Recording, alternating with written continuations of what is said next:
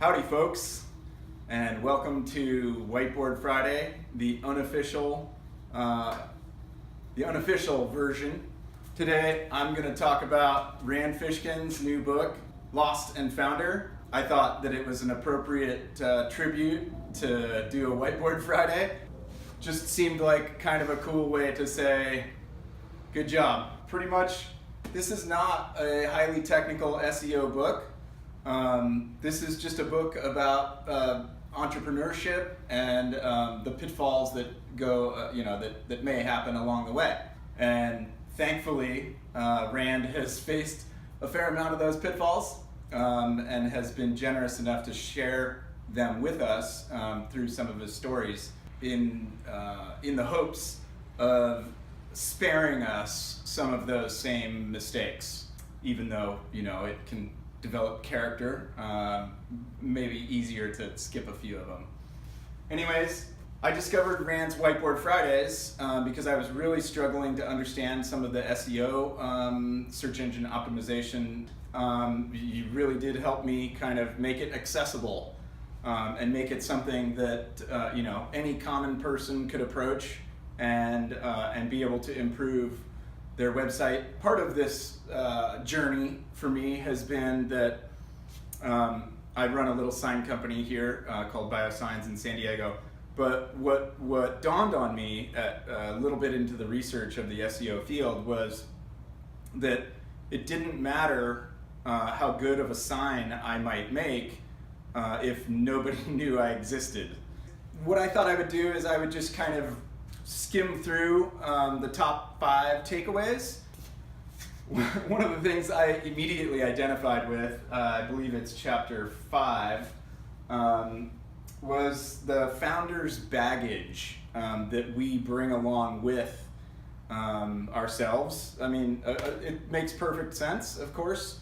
We have our own issues from early life stuff or whatever we've developed along the way. We've all got our features, so I think this hits home for pretty much anybody to think about, and to reflect on what it is that you are, bringing along that maybe is a benefit, or maybe is dragging you down, or rubbing the wrong way on other people, if that may be the case.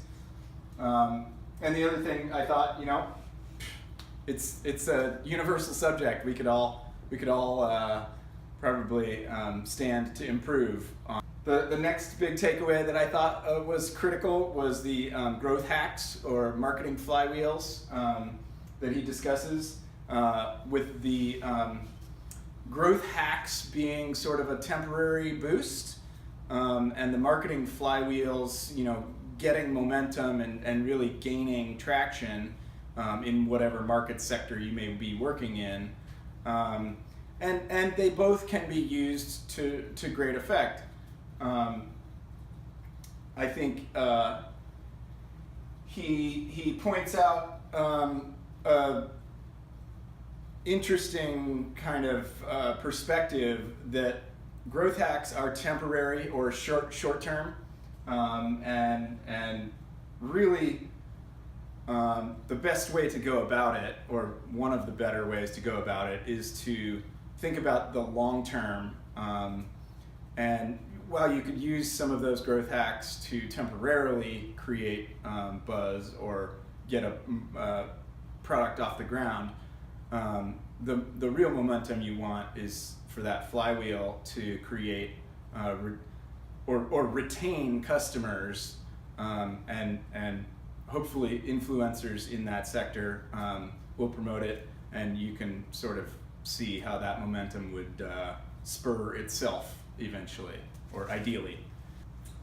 The third top 5 takeaway that I would point out would be values, and he goes into a fair amount of depth into why this matters, because of the personnel that he was eventually hiring as he was growing his company, and that it really is the people that matter, and he talks a little bit about maintaining severance pay when he had to do some downsizing and lay a few people off, and he really had to fight for what if that was my family, and this really is important to us, and also tag fee.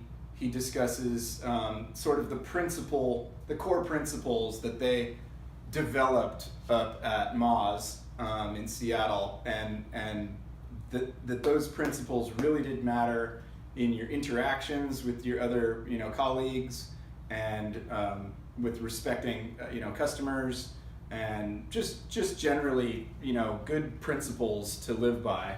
In one of the successive chapters, he discusses vulnerability, and basically at one point going through sort of a struggle in his personal life, and realizing that he was going to share this with some of the larger company employees and senior staff, and that really established a bond, and it got the weight off of his shoulders as far as what he was thinking about keeping in.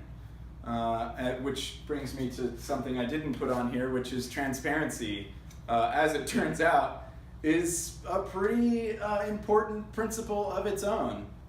The vulnerability thing, as a leader, was not always easy to uphold, but that it is absolutely critical to maintaining a good, culture at the company, and morale with everybody, feeling like there's nothing really being,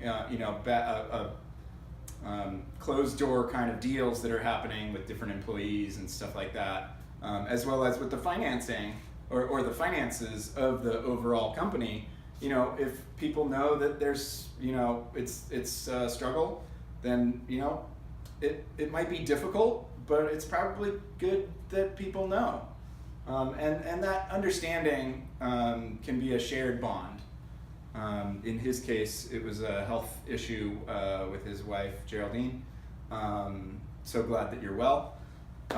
And that leaders should make a concerted effort to maintain transparency in all of their aspects, whether it be personal or company policy stuff or whatever. And the fifth main takeaway that is great to close out the book with, I thought, was focus. We really are living in a time where it's easy to get distracted, and really make sure to work on the priorities that are going to either grow your business or close that deal or establish the product or whatever it may be, but to really, really stay on track. It's critical. It is absolutely critical to stay on track, or to, if you need to, say, hey, we need to reprioritize what really matters. That I think is okay to do along the way, to say, hang on a second, we're going into the weeds here, we need to stay on track. So closing it out with focus, I thought was apropos. He shares lots of different nuggets of wisdom in this book. Of course, I'm not going to review all of them, or really any of them.